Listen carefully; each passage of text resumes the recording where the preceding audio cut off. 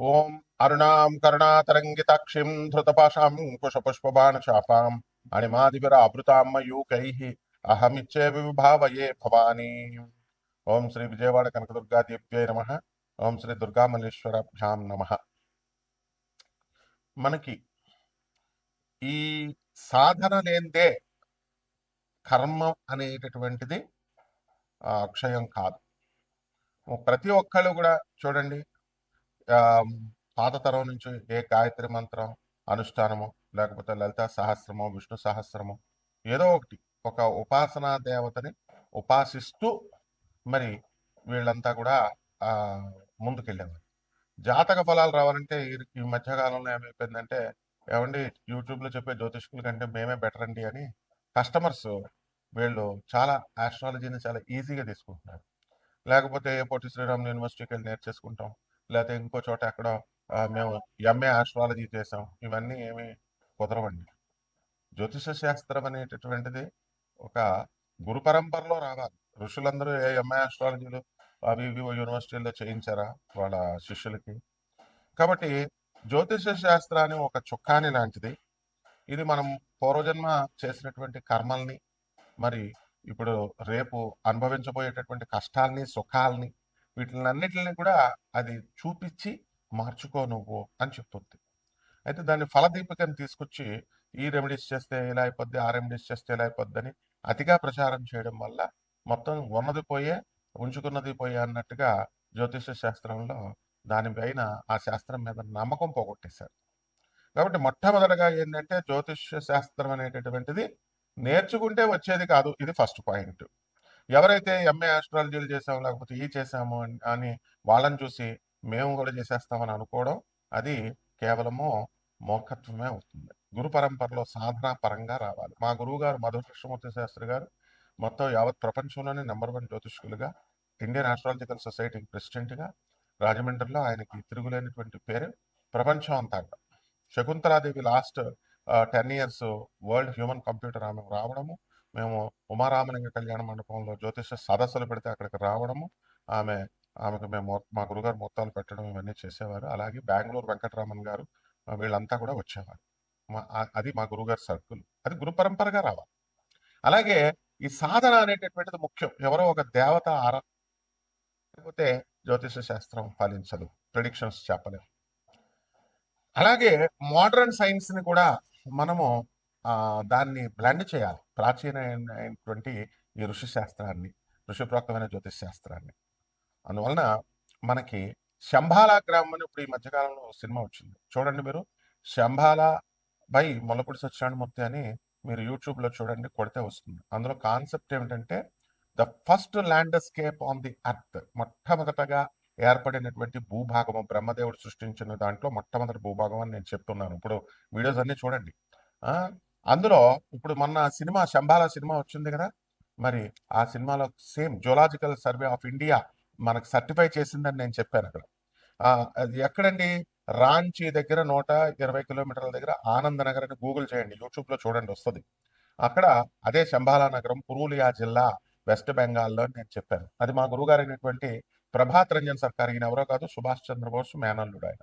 ఆయన చెప్పినటువంటి ఈ యొక్క శంబాలా గ్రామం, అక్కడ ఫాసిల్స్ తీసాం. ఫాసిల్స్ అంటే ఏంటంటే 1,00,000 సంవత్సరాల, కోట్ల సంవత్సరాల క్రితం పూలులు, డైనోసార్లు ఇవన్నీ కూడా ఉంటాయి. అవన్నీ రాకుగా, వాటి స్కల్స్ అన్ని కూడా రాకుగా మారతాయి, రాయిగా. అవన్నీ కూడా మేము లేక్ గార్డెన్స్ లో కలకటాలో మా గురువు గారి యొక్క ఆ మధుమైంషా అని మా గురువు గారి క్వార్టర్స్ లో ఇప్పటికీ ఉన్నది. ఇంటర్నేషనల్ ఎగ్జిబిషన్ అది. ఎలా అంటే కంప్లీట్ ఆనందనగర్ లో కూడా ఉన్నాయి. కాబట్టి ఇవి ఎలాగైతే స్వామి వివేకానంద గారు గాంధీ పోర్బందర్ గాంధీ ఆశ్రమం, మహాత్మా గాంధీ ఆశ్రమంలో ఎలాగైతే మీరు వెళ్ళి చూడగలుగుతారో అలా ఎగ్జిబిషన్ గా మేము పెట్టాం. కాబట్టి ఇది వరల్డ్ లోనే ఐక్యరాజ్య సమితిలో సభ్యత్వం ఉన్నటువంటి. అలాగే ఈ యొక్క ఆ ఈ అక్కడికి వెళ్ళి మనము ఈ ఫాసిల్స్ ని చూడొచ్చు అనమాట. అదే మీటిఆర్ కింద ఆకాశంలో నుంచి ఒక ఇంకొక ప్లానెట్ యొక్క భాగం పడినట్టుగా సినిమాలో చూపించారు. అలాగే దీన్ని సర్టిఫై చేసేది జులాజికల్ సర్వే ఆఫ్ ఇండియా అని చెప్పాను. ఇది భూభాగం సర్టిఫై చేసింది. అలాగే national NGRI, national geological research centre లో డిప్యూటీ డైరెక్టర్గా పనిచేస్తున్నటువంటి శ్రీవాత్సవ గారు, ఆర్యన్ అనే శ్రీవాత్సవ గారు, ఆయన మొన్నే రిటైర్ అయ్యారు సార్. సో ఎన్జిఆర్ఐ సర్టిఫైడ్ చేసింది మనం చెప్పాం. అదేవిధంగా ఈ సినిమాలో కూడా జియోలాజికల్ సర్వే ఆఫ్ ఇండియా, అదే మన జియోలాజికల్ సర్వే ఆఫ్ ఇండియా అధికారిని విక్రమ్ని మరి పంపించడం అనేటటువంటిది, స్టోన్ని చూడడం కోసం వెళ్ళడం, రీసెర్చ్ చేయడం చూపించారు సినిమాలో. అదేవిధంగా శంబాలా గ్రామంలో సాధన ఒక సుషుమ్నా నాడి అని చెప్పి వాళ్ళు ఏదో సినిమాటిక్ లాగా తీశారు. అయితే యాక్చువల్గా ఏం చెప్పబడిందంటే ఈ శంబాలా నగరంలో చేసేటటువంటి సాధన 100 రెట్ల కోట్ల రెట్లు ఎక్కువ ఫలితం ఇస్తుంది అని చెప్పారు. రామ రామ రామ అని దాని ముందు ఒక శ్రీ పెట్టేస్తే చాలు, కోట్ల రామ నామాలు జపించినంత ఫలితం వస్తుందని శ్రీరామ రామ రామేతి రమే రామే మనోరమే సహస్రనామ తత్తుల్యం, దానికి సమానము, తత్తుల్యం రామనామ వరాన్ని చెప్పింది. కాబట్టి శంబాలా గ్రామంలో చేసేటటువంటి సాధన వేల రెట్లు కోట్ల రెట్లు అధిక ఫలితం ఇస్తుంది. ఇది మనం చాలా మెచ్చుకోవాలి. ఎందువల్లంటే మనం చెప్పినటువంటి కాన్సెప్ట్ అప్పట్లో కూడా శక్తి సినిమాలో మెహర్ బాబా గారు, మెహర్ రమేష్ గారు జూనియర్ ఎన్టీఆర్ గారిని హీరోగా పెట్టినప్పుడు ఈ బెజవాడ కనకదుర్గమ్మ తల్లి కాన్సెప్ట్ నే మా గురువు గారు, ప్రధాన పూజారి అయినటువంటి బెజవాడ కనకదుర్గమ్మ దేవస్థానం అర్చకులు మన దత్తాత్రేయ శర్మ గారు ఆ స్టోరీ కాన్సెప్ట్ ఇచ్చారు. అప్పుడు నేను ఉన్నాను. అక్కడ కూడా ఏం చెప్తారంటే 18 శక్తిపీఠాలకి సమష్టి స్వరూపం విజయవాడ అని చెప్తాం మేము, బెజవాడ కనకదుర్గమ్మ దేవస్థానం. అలా 18 శక్తిపీఠాలకి సెట్లు వేసి అక్కడ ఈజిప్ట్ లో ఉన్నటువంటి వెలను వచ్చి ఒక స్తంభాన్ని ఒక మోడల్ వేశారు బెజవాడ దుర్గాదేవి గుడిలాగా, సమష్టి స్వరూపం లాగా. ఆ పీఠాన్ని ఇలా కొడితే అక్కడ అష్టాదశ శక్తి పీఠాలు కదిలిపోతాయి. అక్కడ కూడా మా గురువు గారు చెప్పిన కాన్సెప్ట్ నే ఎగ్జాక్ట్ గా మెహర్ రమేష్ గారు చక్కగా ఆయన చెప్పడం జరిగింది. అలాగే ఆయన యొక్క వీడియో పార్ట్ 4 రిలీజ్ లో, శక్తి పార్ట్ 4 రిలీజ్ లో ఆయన మా గురుగారి పేరు చెప్తూ కృతజ్ఞతలు చెల్లించుకున్నారు. అలాగే ఇక్కడ శంబాలా గ్రామంలో కాన్సెప్ట్ లో కూడా ఇక్కడ సాధన అనేటటువంటిది ఈ సినిమాలో చాలా మెచ్చుకోవాలి మనం.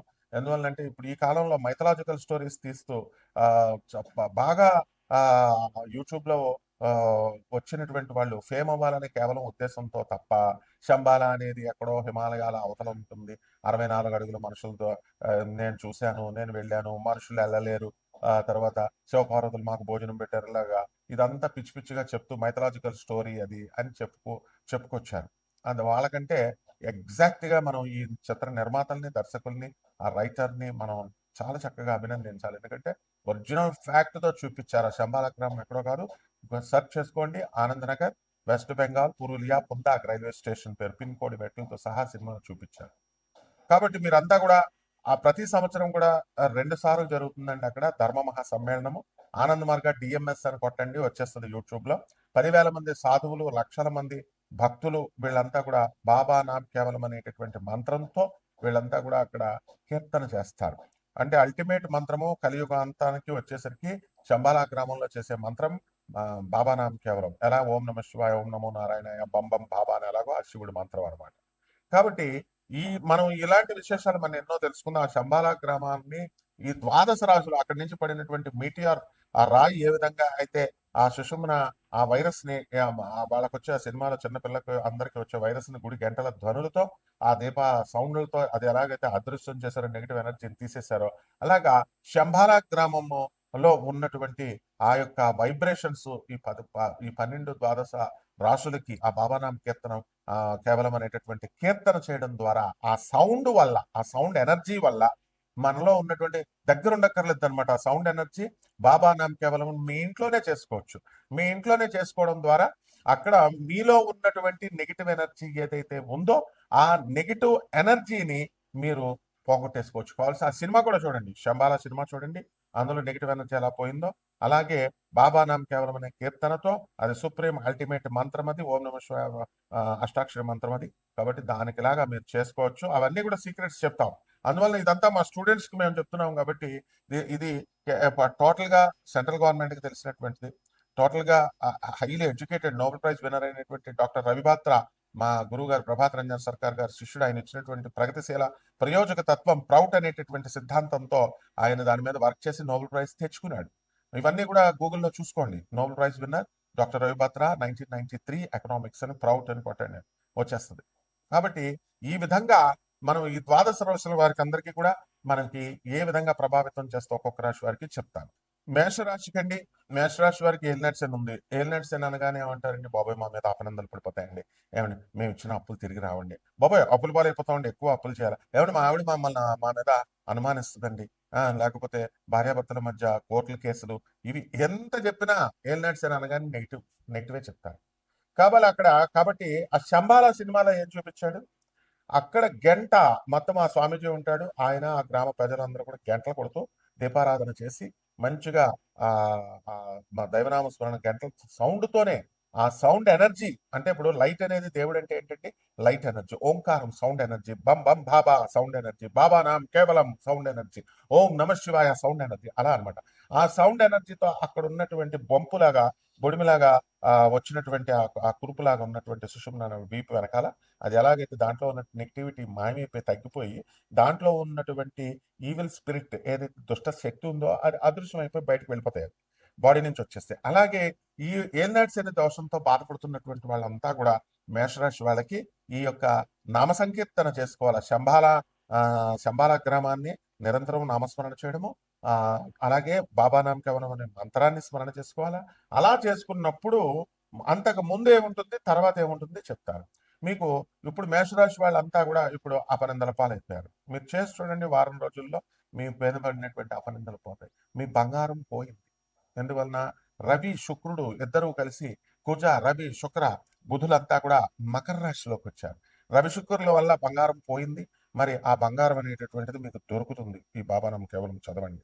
అలాగే ఉద్యోగాలు పోయినాయి, డిస్ప్లేస్మెంట్. ఎందువల్లంటే రవి మనకి ఈ యొక్క మకర రాశిలో శత్రుక్షేత్రంలో ఉన్నాడు. ఏ, నా- ఎక్కడో విదేశాల్లో అమెరికాల్లో ఉన్నటువంటి సాఫ్ట్వేర్ ఇంజనీర్లు బ్రహ్మాండంగా ఉద్యోగం చేస్తున్నటువంటి వాళ్ళు, సీనియారిటీ ఉన్నటువంటి వాళ్ళ ఉద్యోగాలు పోయినాయి. ఇప్పుడు ఈ బాబా నామ కేవలం అనేటటువంటిది, ఈ 41 రోజు నామస్మరణ చేయండి శంభాల నామాన్ని, మీరు ఖచ్చితంగా ఈ యొక్క ఉద్యోగాలు ఖచ్చితంగా వస్తాయన్నమాట.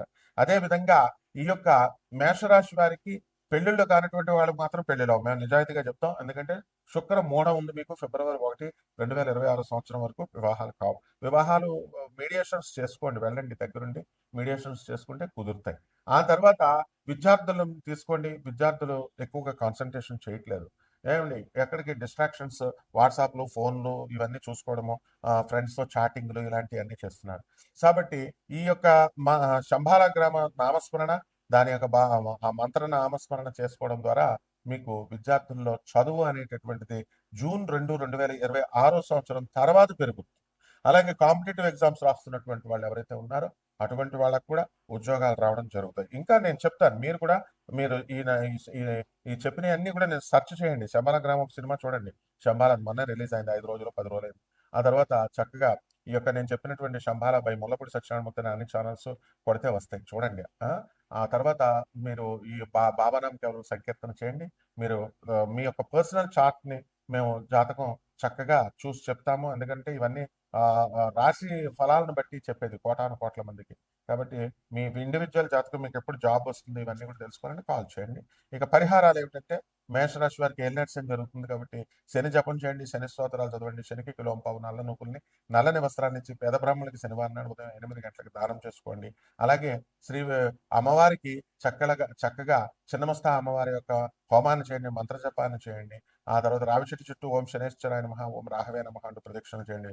మీకు జాతకం బ్రహ్మాండంగా ఉంటుంది. చూడండి సో బాబానాం కేవలం అనేటటువంటిది విష్ణు యాస అనేటటువంటి పండితుడిగా పుడతాడు. అలాగే సుమతి గారు శతరూప సుమతిగా పుడుతుంది. వైవస్వత మనువేమో ఈయన విష్ణు యాసగా పుడతాడు. విష్ణు భగవానుడు కల్కిగా పుడతాడు. ఇది నెక్స్ట్ వీడియోలో మనం సీరియల్స్ గా చెప్పుకుందాం. ఇలా చేయండి, బ్రహ్మాండంగా ఉంటుంది. శుభమస్తు.